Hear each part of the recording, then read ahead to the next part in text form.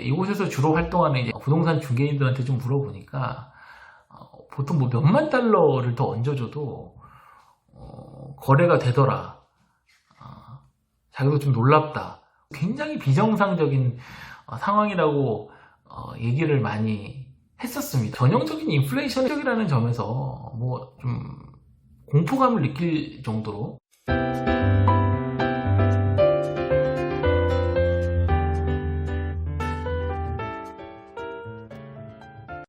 네, 뉴트그 월가 분석 김정남입니다. 오늘 말씀을 드릴 거는 인플레이션에 대한 얘기를 좀 드려볼까 합니다.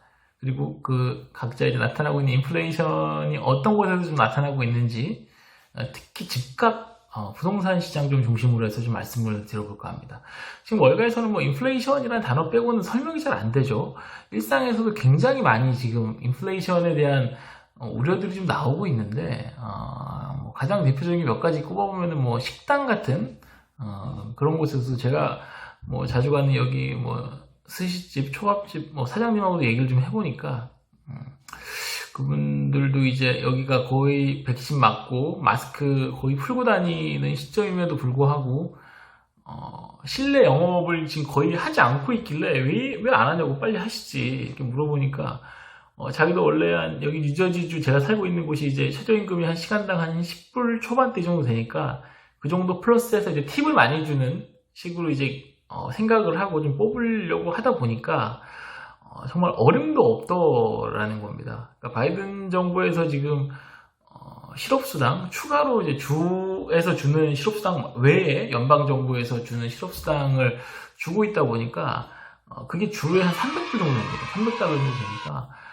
한 달로 합쳐보면 일을 안 해도 뭐 될 정도로 굳이 일 안 해도 상관없을 정도가 돼버려가지고 임금을 뭐 불가피하게 올려줘야 되는 식당 주인 입장에서는 상황이 많이 되고 있는 것 같습니다. 그래서 이게 사실인지 아닌지는 모르겠으나 그 사장님이 말씀을 하기를 자기가 듣기로는 시간당 한 45불, 뭐 40불, 45불 이 정도까지 뭐 달라고 하는 그런 데도 있더라 이렇게 얘기를 하시더라고요. 그러니까 그 정도면 한국 시간당 5만 원입니다. 그러니까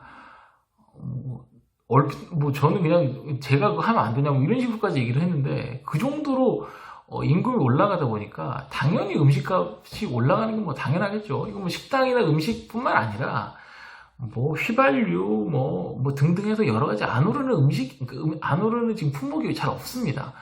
제가 오늘 이제 말씀드리려고 하는 게 이제 부동산인데 부동산 시장은 정말 말 그대로 진짜 좀 펄펄 끓고 있는다는 표현이 맞을까 적절할까 싶을 정도로 정말 많이 오르고 있습니다. 뭐 부동산 관련 지표들이 계속 많이 나오고 있으니까 그 중에 하나를 이제 살펴보면은 S&P 코올로지 케이스 실러 주택가격 지수라는 게 있습니다. 그러니까 지난 3월까지 지금 나와 있는데 올해 3월까지 1년 전과 대비해서 지금 한 13.2% 정도, 그러니까 1년 사이에 평균 미국 전역으로 올랐습니다. 지금 얼마 전에 미국 그 CPI 소비자 물가 지수가 이제 1년 전보다 한 4.2% 정도 예상보다 훨씬 더 많이 올랐다 이래가지고 지금 월가가 한바탕 뭐 인플레이션 공포가 굉장히 고조됐었던 적이 있죠. 그런데 두 자릿수, 그러니까 13%가 넘는 것이기 때문에 이게 얼마나 지금 집값이 많이 오르는 건지를 알 수 있고요. 특히나 지금 제가 주목하고 있는 건 전월 대비 상승률입니다. 이 전년 동기 대비가 당연히 기저효과가 있다는 건, 그러니까 왜냐하면 작년 3월 같은 경우는 팬데믹이었기 때문에, 초기였기 때문에 기저효과가 있다는 건 누구나 다 알고 있는 사실이기 때문에 전월 대비 제가 상승률을 좀 찾아보니까 더 놀라웠습니다. 2.0% 정도로 나왔는데 이건 뭐 지금 2013년 4월 제외하면은 뭐 역대 가장 높은 수치이고요. 특히나 이제 미국 워싱턴주의 이제 서북부 거점 도시죠. 시애틀 같은 경우는 제가 찾아보니까 한 달 사이 4.7% 올랐습니다. 그러니까 1월 대비 2월 상승률이 2.8%에서 그때도 높았는데 2월 대비 3월이 4.7%가 오른 겁니다. 이게 뭐 그냥 평균 내보니까 이 정도지 정말 어마어마한 수치거든요. 제가 지금 살고 있는 곳이 맨하탄 출퇴근 거리에 있는 뉴저지 북동부 버겐 카운티라는 곳에 살고 있는데 이곳에서 주로 활동하는 이제 리얼터들, 그러니까 부동산 중개인들한테 좀 물어보니까 보통 뭐 몇만 달러를 더 얹어줘도 거래가 되더라. 자기도 좀 놀랍다.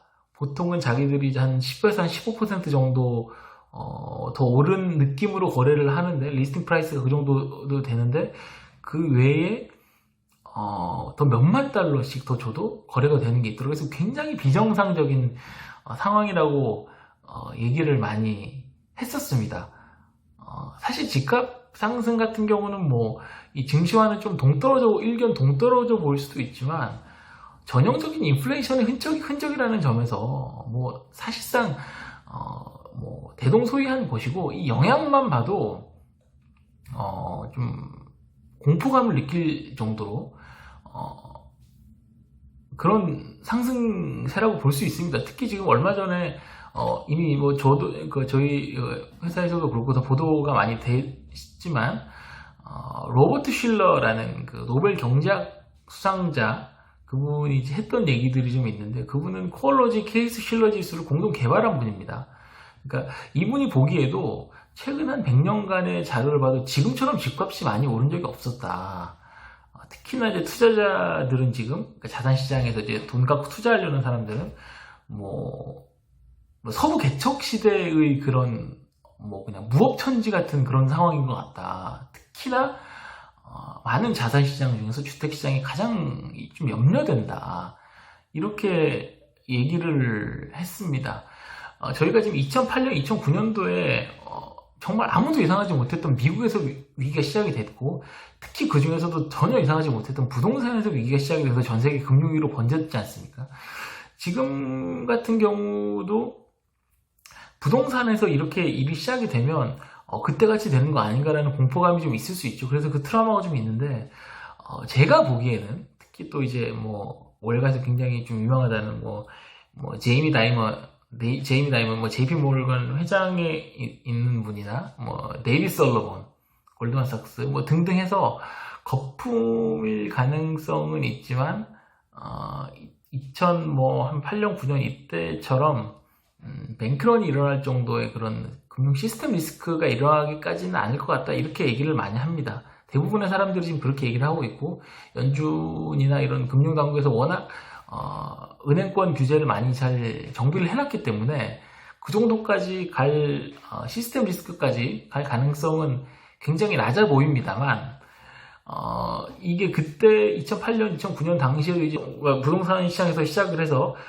모든 자산 시장으로 이제 이 약세장이 번졌듯이, 이번 같은 경우에도 여러 가지 경로가 나타날 수 있습니다. 특히 그 중에서 주목을 받을 만한 게 연방준비제도의 긴축 타이밍, 긴축 시기가 좀 빨라질 수 있다라는 그 경로로 자산시장이 좀 긴장하고 있는 것 같습니다. 특히 지금 근래 들어서 몇 달 동안 이제 연방준비제도 기준금리 인상 전망 시기가 점점 당겨지고 있습니다. 그러니까 원래는 2024년 정도 연준이 얘기한 그 정도에서 뭐 빨라봐야 한 2023년 정도 되지 않겠냐 이렇게 얘기를 했는데, 당장 내년부터 하지 않겠냐라는 말들이 좀 나오고 있습니다. 제가 얼마 전에 며칠 전에 인터뷰했었던 그 조지 매그너스라고 2008년 그때 금융위기를 예견해서 굉장히 유명해진 분이 있는데, 그 당시에 그분이 UBS에서 이제 치프 이코노미스트하고 수석 경제 고문을 하시고 그랬던 분인데, 그분은 제가 이렇게 물어보니까 빠르면 내년 늦봄, 늦어도 한 내년 여름쯤이면 올려야 될 상황이 몰릴 수밖에 없다. 그리고 내년에 한 2번 정도 올릴 거다. 그렇게 말씀을 하셨거든요.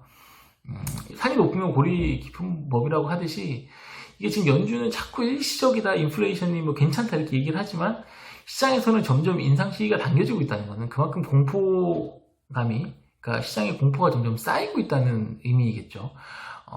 시장 투자하신 분들은 반드시 이 점을 좀 인지를 해 두셔야 될 것 같습니다.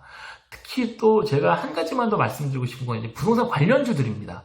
미국에서 지금 DR 홀튼이라든가 뭐 레나라든가 이 톨브라더스 같은 이런 주택 건설 회사들이 좀 있는데, 이 집값이 오르는 속도하고 똑같이 이들 주가도 굉장히 많이 올랐습니다. 그러니까 예를 들어 DR 홀튼만 보면요, 원래 팬데믹 전에는 한 30달러짜리 주식이었는데 지금 거의 100달러에 근접해 있습니다. 그러니까 이게 지금 보면은 실러 교수가 아까 분석했듯이 노동력이 좀 경색이 되고, 노동시장 경색이 되고, 원자재가가 상승을 하고, 금리 인상이 좀 빨라지고 하면 주택 거래량이 줄어들면서 건설주 주가가 좀 하락할 수 있습니다.